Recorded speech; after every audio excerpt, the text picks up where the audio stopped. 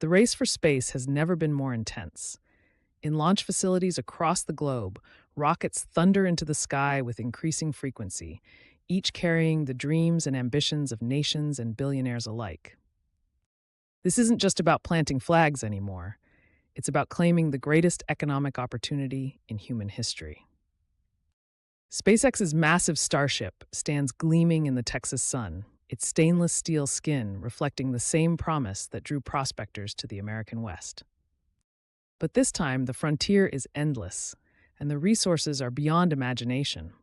Asteroid mining companies are already designing robots to extract precious metals from space rocks worth trillions of dollars. A single asteroid could contain more platinum than has ever been mined in Earth's history. China's space station orbits silently overhead, a testament to their growing power beyond Earth. Their astronauts conduct experiments in lunar soil samples, preparing for a permanent base on the moon. In the control rooms of Beijing, engineers plot trajectories to Mars, determined to plant their flag on the red planet before their rivals. Meanwhile, in the boardrooms of Blue Origin, the International Space Station, once the pinnacle of space achievement, now seems quaint compared to what's coming. Commercial space stations will soon replace it, offering laboratories for hire and hotel rooms with Earth views. Pharmaceutical companies plan to manufacture drugs in zero gravity, where crystals grow more perfectly than on Earth. Resources that are scarce on Earth exist in abundance in space.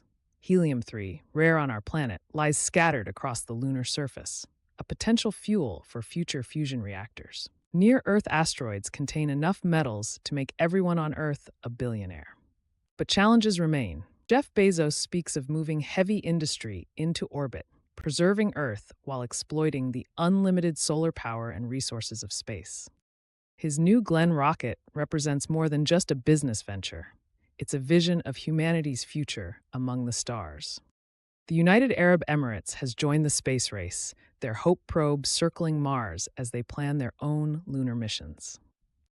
India's space program launches satellites at a fraction of the cost of their competitors, proving that space exploration isn't just for the wealthy nations anymore. But it's not all cooperation and progress.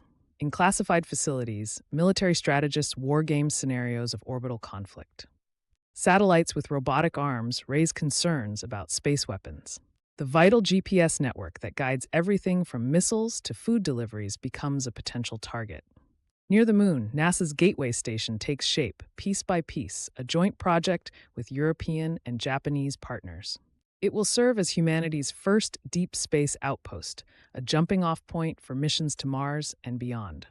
Inside its modules, astronauts will learn to live far from Earth, growing food in space and manufacturing spare parts with 3D printers. The moon's south pole has become the next gold rush. Its permanently shadowed craters contain water ice, the key to sustainable space exploration. Whoever controls this water controls the future of space travel. It can be split into hydrogen and oxygen, providing both fuel and air to breathe. Private companies are pushing the boundaries of what's possible. Rocket Lab launches from New Zealand, their small rockets perfect for delivering satellites. Virgin Galactic sells tickets to the edge of space, making space tourism a reality. Meanwhile, Sierra Space develops inflatable habitats that could house future space tourists, paving the way for living beyond Earth.